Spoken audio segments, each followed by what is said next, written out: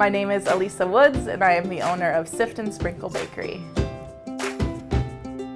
My grandma was a baker, and she baked for the Iowa State Fair, and she always had like her leftovers that she was testing out. She always had like really good baked goods, and as I grew up, when I was in college, when I was actually at Iowa State, my grandma had dementia, and so she was like forgetting a lot of her recipes, and a couple years later eventually passed away. And so after I graduated from Iowa State, I moved to Chicago, I lived in New Orleans, and I moved back here and decided to do the state fair kind of in her honor.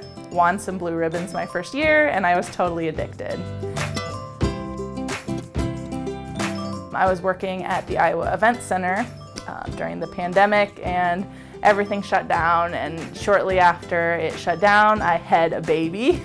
And shortly after I got off maternity leave, I was laid off. I was afraid we weren't gonna make ends meet, and so I was like, well, I gotta figure out how to kind of monetize my hobby. So that's what I did. I was making macarons, and I was making cakes, and people were starting to ask if they could buy them.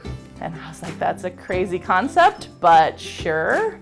So I just really quick came up with the name Sift and Sprinkle, and it really took off. And the macarons took off. I was selling like 40 dozen a week, and so I really felt like I had something really good. This community is very excited about like local businesses, and the local food community really blew up during the pandemic. I definitely benefited off of that.